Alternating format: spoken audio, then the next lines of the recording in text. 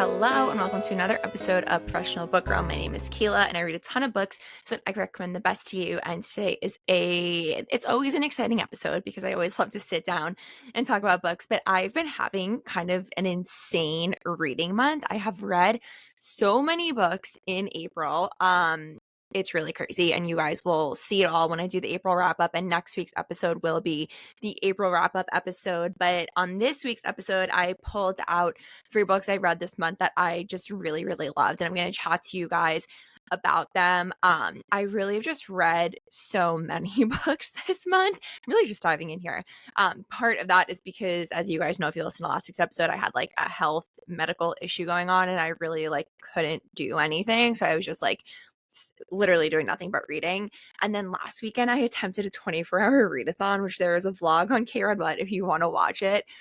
Oh my God. I very naively thought that was going to be easy because I already read so much anyway. And on weekends when I don't have plans, I really do have a readathon. That's saying it's a readathon, but something about having the actual 24-hour countdown, the whole point of it was that I wanted to read for 24 hours in total from Friday to Sunday. And it was way harder than I thought it was going to be. I ended up only getting 13 hours in, which really surprised me. And it made me think about maybe I don't spend as many hours reading as I assume I do on a typical no plan weekend, because I thought that 24 would be so easy, but it was so hard. All of that to say, though, I'm going to be getting into those. Obviously, there's things to talk about before that. Very quickly, before I think we all know what I'm obsessed with this week, but before we get into that, our book club episode comes out this week on Thursday, May 2nd. I'm so excited for you guys to hear this episode. I said last week it was going to be a little bit different because I was joined by the author of our pick. The book was Right on Cue by Falon Ballard. I interviewed Falon and it was really fun. It's so much more fun to interview an author when you can talk about spoilers. So we pretty much went through the book. I asked her questions about everything, but we got to talk through the whole book. We talked a lot about Hollywood and celebrity culture, and I really could have spoken to her for hours. It was such a great conversation. I really had so much fun talking to her, and I think that comes through on the episode. So keep an eye out for that on Thursday. This is a little bit of a last minute announcement, but if you are in New York tomorrow on April 30th, I will be live moderating an author interview at the Barnes & Noble Upper West Side. I'll be chatting to Janet Skilskin-Charles. She is the author of The Paris Library, which I loved, and then Miss Morgan's Book Brigade, which comes out tomorrow. We will be celebrating the release of her book, chatting. It'll be a live author interview. It is the coolest thing I've ever been asked to do. I am so excited. I think I'm gonna go live on Carrot Blood so that way you guys can see it if you are not in New York. But if you are in New York, come say hi. My mom's gonna be there with bookmarks and stickers to give out. It's gonna be a really fun night, and it would be so cool to see some of you there. Without further ado, I know you all have been anxiously awaiting my thoughts on the Tortured Poets Department. That is obviously what I am obsessed with this week. If you live under a rock, that is the new Taylor Swift album. So I'm not one of those people who comes up with this super critical review. I love music, and how I am with music is very I love it or I don't. And with someone like Taylor, who she is my favorite artist, period. Her music is the soundtrack of my life. Whatever she puts out, I'm going to be listening to it. I know that I'm already going to like it.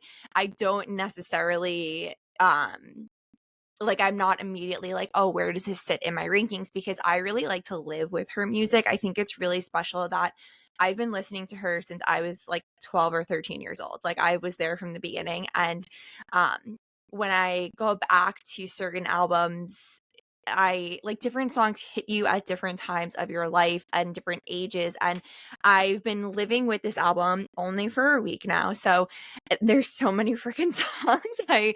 It's so hard because it's so long, which is so great because usually it ends and I'm like, oh, I wish there was more. But I'm only able to get through the album. It's been at 1.5 times each day. I start at the beginning every day. And then just because I'm working, obviously, and doing other things, I haven't been able to just sit and just listen on repeat. But I have thoughts. Going into this album, I didn't pay attention too much to what everybody was saying. I I dabble with like following Easter eggs and theories and things like that. And I honestly try not to get into them because I don't ever want to be disappointed like I was when I fully believed we were getting Rep back in, I think it was like November.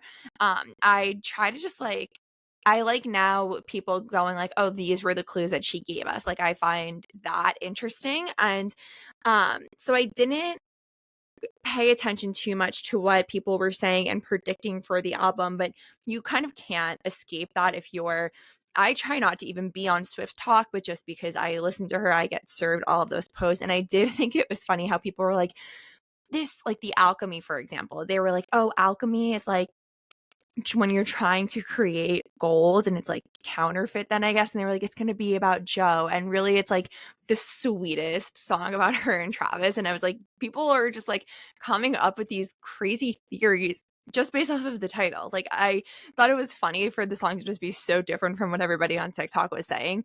But I really didn't pay too much attention also because going into Midnights, this is actually Taylor's fault. The aesthetics of all of those like Midnights Mayhem videos and things like that, it really led me to believe that we were going to get a more 70s rockier album. So when I hit play, when Midnights came out, I was like, oh my God, what is this? And I feel like it affected the first listen because I went into it with an idea of what it was going to sound like. So I didn't do that with Tortured Poets. And I'm so glad that I didn't because I got, well, first the night it came out, I went to Peacock very kindly invited me to a screening of The Tattooist of Auschwitz, which I can't believe Peacock invited me to an event. Like I've made it. I'm one step closer to being on Bravo at this point.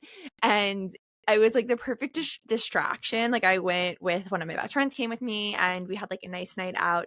And then I came home and I like finished my book and then it was time to listen to Tortured Poets because obviously I stay up and listen at midnight and I really I think it's so special that I remember where I was when I listened to every single one of Taylor's albums for the first time. And it's just like I love that. And it's like this moment and I prefer to be alone. I like to listen on my beat, so it's like better sound quality. Even when Folklore came out, I was home for COVID and my sister and I were in the same room and we listened on headphones. Like the first listen, I really just need to like absorb it and then I live with it. So when I got home and I was like laying on my bed with my headphones on and I pressed play and I was like, oh, yes. And I just got this feeling right away that I was like, oh, I'm going to love this. And I do. I really love this album. Like I was saying before, I don't go into it critically being like, this is her best work. Like I'm not, that's not like how I view it for someone like Taylor because she just means so much to me and her music means so much to me. And this album will now just be a part of my life for the rest of my life. That's how it is with me and her music. And like she's the only artist that I'm like that with. Like I think we should normalize not liking every piece of work that artists you love put out. So many artists I love. There's albums that I just don't really listen to. And but with Taylor though, like I listen to them all. Like she's just my girl, you know. But I right away I was just like, oh, like fuck yes, I love this. I think it is so grown up, which I really love from her. Like I remember when Reputation came out and like Dress specifically is a very sexy song, and it was like, yeah, she's an adult. Like she should be singing songs about being an adult. And it's so grown up, it's sexy. I love how much she curses. Like on Midnights, I was like, oh my God, yes. Like, and I think on Folklore she curses too. But she says fuck so much on this album. And as someone who curses, like I really love that. There's so much talk about murder. Just I was like, this is like that was what we got was what I want from Taylor at this stage in her life, in her career. And I just completely lost my train of thought. Oh, I love to like listen to her albums the first time, try to like I don't go into it being like, who is this about? But especially on this one, things are obvious, which I'm going to get into that's my next bullet point. But I love to interpret it and also kind of like apply it to my life, obviously.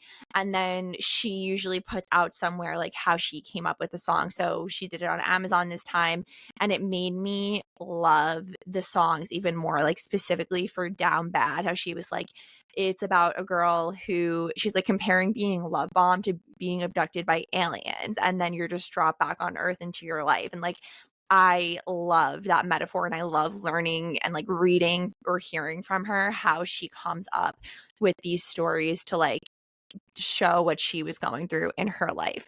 So right away, the first thought I had, which I think a lot of people did, I was like, the Maddie of it all. Like, so much of this album is about Maddie, and I was not expecting that.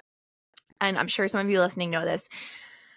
The 1975 are my favorite band, and they have been for a long time. Like, Taylor is my favorite artist, but when I found the 1975, it was 2014, I think. People have these moments with bands where you discover a band and it changes your life, and it happened for me with Taylor, and it happened to me with the 1975. I was in college. I just moved to New York City. It completely informed who I was as a person. Like, I was one of those like Tumblr girls during that era. I They were kind of like opened up the door to me to so much music that I still listen to, just like a different type of music. I started dressing differently. It helped me discover like a different side of myself and like of my style. And so much of who I am relates back to like that era of me discovering the 1975, and like they right away were just they're still my favorite band. I love their music, their art. I've seen them so many times. I've met them a bunch of times. I've met Maddie, I don't even know how many times. Like, I have multiple photos with this band. And obviously I always knew the Taylor lore because I was at that show at Terminal 5 on December 4th, 2014. I was front row, and Taylor Swift and Carly Kloss showed up. And this was back when people didn't really like Taylor. Like, it was before everything with Reputation, but it was kind of when, I mean, she's always gotten shit except for like lately in this like Eras Tour glow. But it like she really like people were really like coming out hard against her, and this was like in the 1989 era. And I obviously was freaking out, and I not everyone around me was though, and I also was just so into the 1975 at this point. This was might have been my first show actually, because I know they did Terminal 5 like a bunch of shows that week, and I obviously went to all of them. But this actually might have been like the first night. So I was just like in overdrive, and I actually like I have a horrible memory, and I can't like picture seeing Taylor. Obviously I know that I did, but I can picture at one point I was looking up at Taylor and Carly, and I waved to Carly and she waved back to me. And it's just really funny for me right now because for the last 10 years, people only, when I would share that story, people would freak out because of like the Carly Kloss of it all. But now everyone is realizing like the Taylor and Maddie of it all. And I remember then when Taylor wore the 1975 t-shirt, I used to have a picture of her wearing that 1975 t-shirt on my wall because I was like, my two worlds are coming together. And so obviously I was always into the 1975 world and the Taylor world. So I always knew when they were like talking about each other and having like kind of crossovers. I was very surprised also to learn that it was really this 10-year situationship, but it makes so much sense looking back. Like, for me, having kind of like been in it, I have been in the fandom of both of them, like so many things that they was like specifically that like Maddie was saying in interviews, like just makes so much more sense. Um, I've never been attracted to Maddie physically, so I'm not sure what was going on there, but whatever. I support our girl through mistakes, and now she has Travis, so it's all better. But I really loved like Tortured Poets is one of my favorite songs, and like right away I was like, oh fuck, I love this. And there's so many like scattered throughout the album, like deep cuts about the 1975 and Maddie. When she says, "In your Jehovah's Witness suit," I snorted. Like, I was like, are you kidding me? And I don't agree with Maddie and condone anything he says and all the stupid shit he does. I like his art and I admire his brain as an artist, but obviously he's a fucking moron. And like my sister and I always have made fun of him. Like, we used to joke, like, when, because we both went to the same college, we were at the dining hall one day, and we were joking like I wouldn't touch him with like a 39.5 foot pole, like with that quote from the Grinch. So it was like I liked that Taylor was also like taking these little jokey digs at him, deservedly, like he deserves it. And it there was just, at first I didn't know if I loved her talking about him, and I was like, this is weird. But I think that there's now I'm now at a place where it's kind of cool that my two favorite artists are writing about each other and have been, and I didn't realize. So I'm like re-looking back at About You, like, is that about Taylor?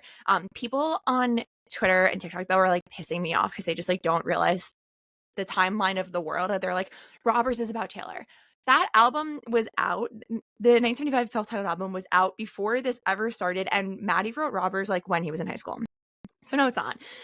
But it's been interesting. But moving on from the Maddie of it all, obviously, So Long London, Love of My Life, How Did It End, ones that I just assume are directly about Joe. I think The Black Dog is about Joe. Just so heartbreaking, and I've never been in a situation like that, but, you know, like my sister, and my brother's fiance are all, like, the same level with Taylor, and so when we're all together, like, we talk about Taylor a lot, and specifically when You're Losing Me came out, we were like, it's so sad because she so clearly wants a family right now, and I think it just makes it even sadder, like, specifically with So Long London, which the opening of that song, oh my God. I forgot to say though, also like the night of experience. So I was like, I finished my first lesson like one something. I had to pause at one point to pee, and I was like pissed because I like to like not like move. And I was like, I have to pee. So I went to the bathroom and then I finished it. And then you guys probably didn't need to know that, but now you know that. And then I was like, okay, she had the countdown to 2 a.m. So I was like, it's almost 2. I might as well just like start listening through again. And then there's probably going to be a few more songs. Imagine my surprise, double album. So I was like, obviously I have to stay up. And by like by the end of it, I was like, my eyes were closing. I was so tired. I ended up being up until 4 a.m. because then I was just so like, my mind was spinning because like on the second half of the album, like, Thank You, Amy, it took me way too long to realize the capital letters said Kim. And then Cassandra, everyone's saying Scooter, but I was like, I watched the Kardashians, so there's so many obvious calls. I think that Cassandra is about Scooter and her masters, and obviously though about Kim and Kanye. Like, it is so Kim and Kanye about how, like, I imagine from their perspective of like, Kim knows now what Taylor was always saying about Kanye, but brilliant. And I love the idea that she was reworking on rap and was like, actually, I have more to say about this. And I also love with the manuscripts, I think it's about her experience with the All Too Well, like, short film and everything with that. And I really love the idea of her re-recording her eras and then like she says, now she knows what all the agony was for, and kind of like looking at it in a new frame and having something new to say about it. When I was at the Eras tour, the girl behind me was like, it's so emotional for us because we're reliving our eras too. And that is true, and I think it's true for Taylor also, which is just so fun.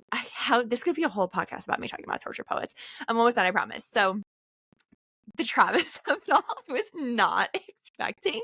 And then I heard touchdown and I was like, oh, her plane landing. And I was like, wait. And then So High School. I don't have like a number one favorite because like every day my favorites change, but I think So High School is potentially my number one favorite because every time it comes on, I just smile right away. Like, I love the beat. I love the sound of it. It's so sweet, and I have not been able to stop watching all of these edits of Taylor and Travis to that song. Like, I prefer So High School over The Alchemy, although I love both of them. But it just makes me so happy for our girl after reading about this horrible 10-year situationship, getting love bombed the shit out of and then ditched. And the rumor is that because she does say she was ghosted, but the rumor is actually worse than just like not answering the phone. He was supposed to meet her at a plane and he didn't show up. And like, I totally could see that of Maddie with my knowledge of him.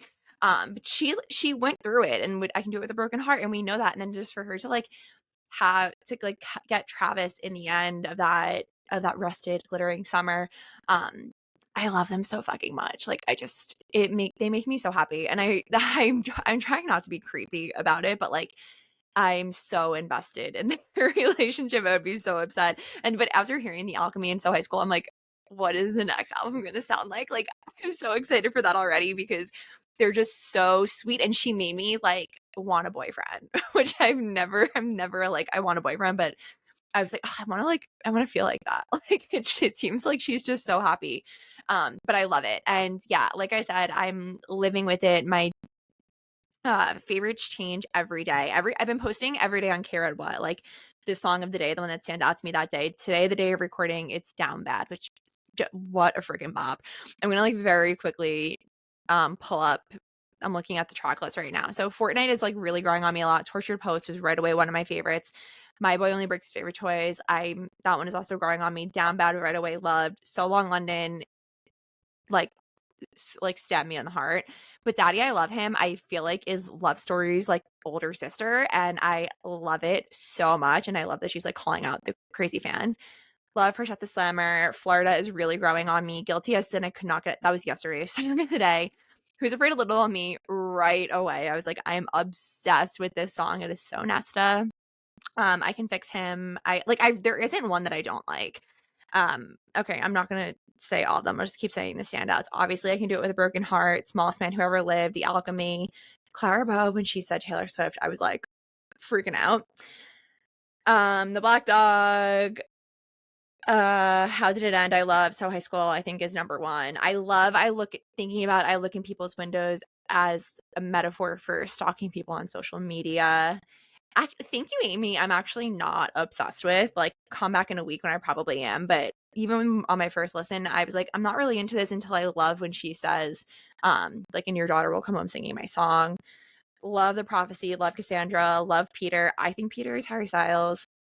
Love The Bolter. I love them all. I really like, there aren't any that I don't like. It's just ones I don't love as much. So that was the Tortured Professional Book Girl department. I hope you enjoyed that part of the show. People who don't listen to Taylor Swift, you're probably so confused. It's going to keep coming up forever because now I just have this album. We all have this album to live with forever. What a gift. 31 brand new songs. Let's talk about 3 books I read and loved recently. The first one is a romance. So the first one is like a little bit like so high school. It is Wild Love by Elsie Silver. And I need to eat my freaking words. Because I love this book so much. And I think that like 99% of the time, Kindle Unlimited romance books are just so fucking cringy. And for me, for romance, like it can't be that cringy. Like I can't do it. So I saw this book circulating because it's also been like traditionally published. It's not just on Kindle Unlimited. And the cover is so good. Like the cover is what got me in, and I started like reading reviews and things. And everyone was like posting that they loved it. And then I realized it was a KU book, and I was like, oh, I don't know. But I pay for Kindle Unlimited, so I'm trying to at least once a month read a Kindle Unlimited book. I'm new to Kindle Unlimited, and I was like very pleasantly surprised by how many great titles are on there. Like so many books that I've bought are on there, and I was like, are you kidding me? I should have been doing this the whole time. But I was like, let me just try it. Like I said this in my review, and everyone was like laughing at it, but I was like, I'm going to pause being a judgy little bitch for a second and try reading this book. And I'm so glad that I did, because I loved it so much. I thought it was so cute, so sweet. I was smiling so much. Like I didn't want it to end, and it's pretty long. Like I just really, really loved it. So our main girl is Rosie, and we meet her at her job where she's kind of I don't know if they like specifically said what she did, but she's a corporate girly. This takes place in Canada, which I just thought was fun. And she is like presenting in this giant meeting, and obviously the men are being a little bit shitty to her at the end. And there's this one moment where she was like unsure of how she did, and she looked at her best work friend and she like smiled at her and gave her a thumbs up. And that is so real. Like in corporate, like every time and at my last job, I would have to like present every week in this giant meeting, and it was like so horrible and like torturous and anxiety. Like for what point? Like it's just like I hated it. And my best work friend hated it also. So we would like smile at each other the whole time after, and then like slack each other like good job. And that was just like a very real thing. But anyway, after that, her boss like grabs her ass, and so she freaks out, and then she ends up getting fired for complaining about it, which is insane. So she goes back to her hometown, and she also is in a relationship, but she's not sure really like she's realizing that she's probably settled into this life that she isn't super happy in. And now that she doesn't have the job, she's like going home for a bit in her reputation era, if you will. So she goes to her hometown, which is this kind of like resort mountain town. That was the vibe that I got. But she's a local and she has an older brother that she's very close with, and her parents are there. And she runs into her childhood frenemy, they say, but I don't think they were really enemies. Ford is also like half the book is from his perspective. It actually opens up with him. So Ford is a billionaire, which like of course he is because it's a Kindle Unlimited romance, but he's also a nepo baby. No, I loved him so much, but he is a billionaire nepo baby. His dad is like was in a very famous band, and then but the dad like never gave them money, and then he went off on his own and like founded this music app, and now he's starting up his own record label. And he used to spend summers in this town, and he became friends with, I don't know if I said the main girl's name is Rosie, but her name is Rosie. Rosie's older brother is Ford's best friend in his whole life. And Rosie would always tag along when they were younger. And so it was kind of more of like, it is a brother's best friend trope, but it's also like, because it's like they weren't enemies, but they weren't best friends. It was her brother's best friend, you know? So Ford is not a billionaire. He's starting this record label. He's like renovating this barn to turn it into a studio. And in like the first chapter, someone knocks on the door and it's this 12-year-old girl. And she's like, "Oh, I'm your daughter." And that was the plot line that I was interested in. I was like, oh, this is like an interesting twist on a romance. I'm into the single dad trope. I don't know. I think that's just me approaching my 30s, that I have to like be open to other options. But that was like my favorite. I loved the romance between Rosie and Ford, but I loved his relationship with his daughter. And I'm not going to say like the circumstances of how the daughter came to be. I thought it was very unique and interesting. But watching him have a relationship with his daughter was really, really sweet. And also Rosie like gets very close to her as well. So it's basically you throw every single like cliche trope in the blender and you get this book, and I fucking loved it. Like I couldn't put it down. I thought it was so cute. I don't even think it was that cringy. Like which is a testament to the author's writing. This is a new for me author. I have heard from everyone's DMs. I now need to read. I think it's the Chestnut Hill series, so I will be picking those up. This is the first in a series. I'm pretty sure the next one will be about her brother. It's going to be like a romance universe. I'm not sure how many there's going to be, but I loved it. I read it on KU, and then I did buy the paperback, so that shows you how much I loved it. Also, because the cover is just so good. I gave it 4 stars. I really, really enjoyed this. If you're looking for a fun romance, there's a lot of heart. It's like this isn't like an Emily Henry or an Ashley Poston romance. It's just like light and fun and ridiculous. And sometimes we need that. So I gave that 4 stars. That is Wild Love by Elsie Silver.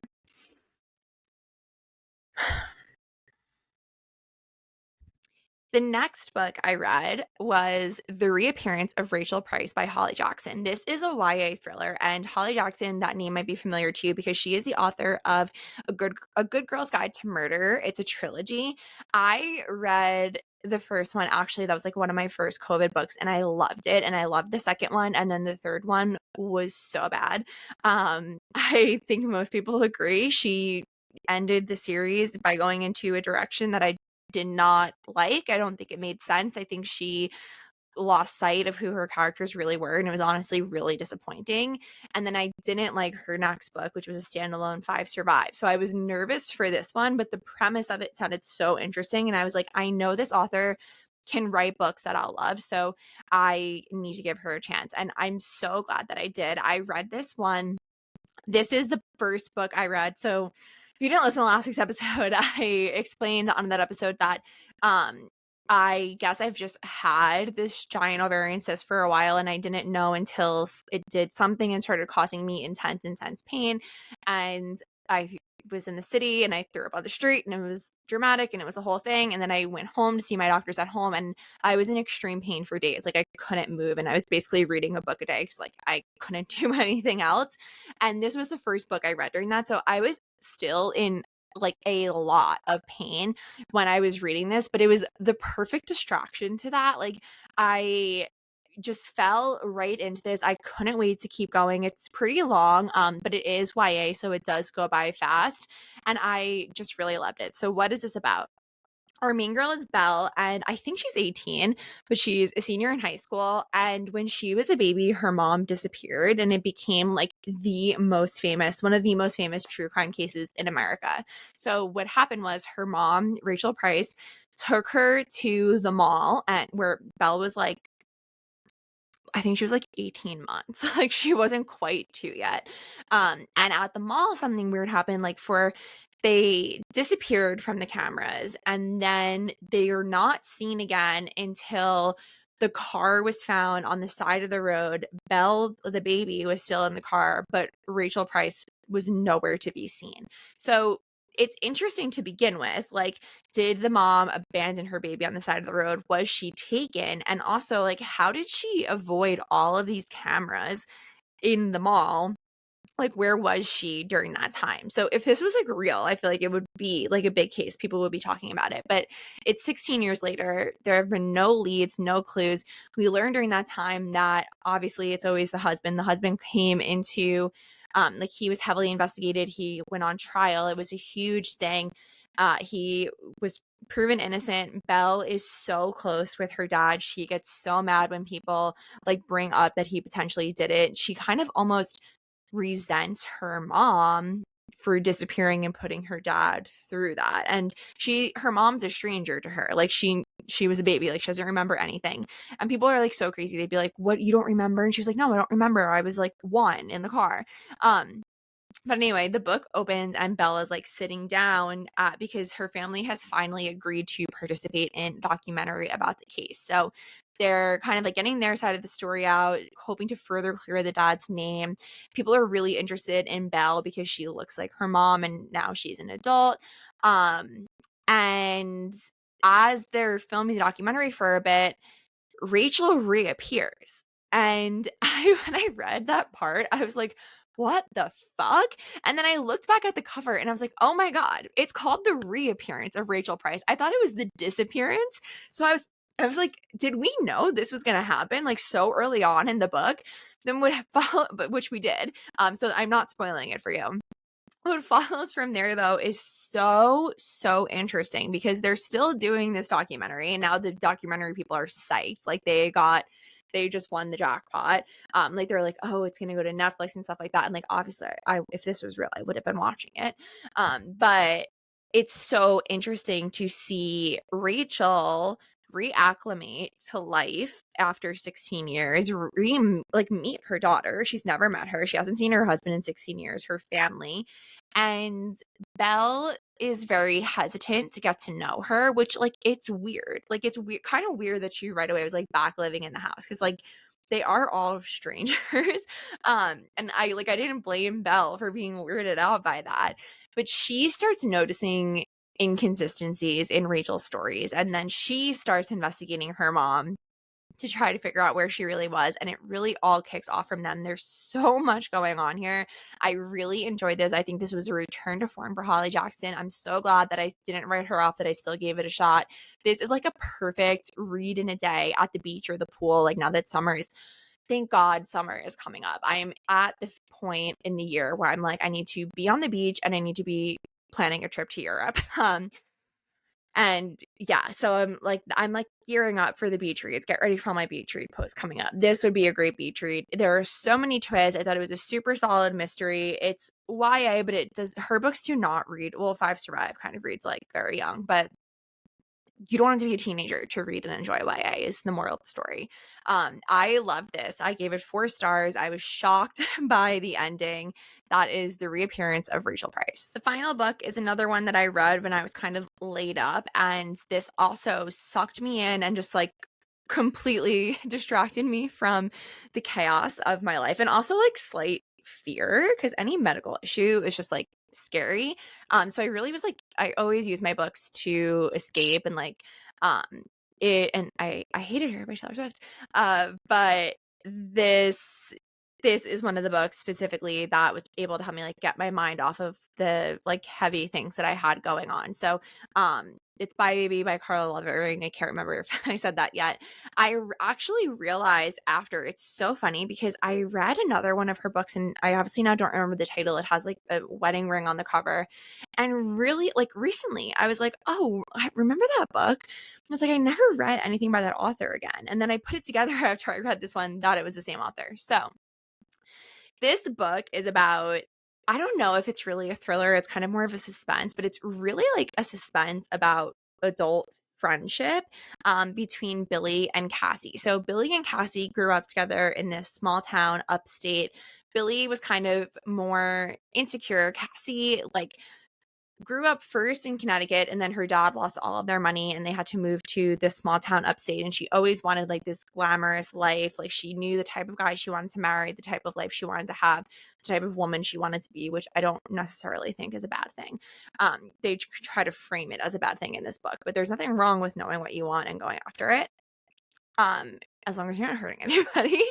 So they're growing up, though, they were best friends. But when we meet them, they're now 35.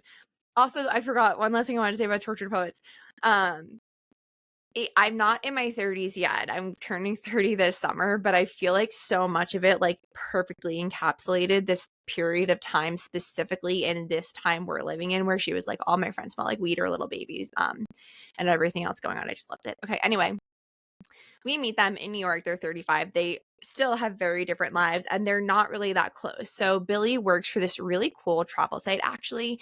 And Cassie married the rich guy. He's from old money. She became best friends with his cousin. So, like, keeping it all in like the same social circle, like very tight knit, the way that those communities in New York really are.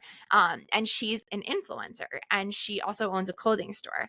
And I usually don't love to read books about influencers, not just because like I technically am an influencer. It's always cringy to say that about myself, but I am a micro influencer.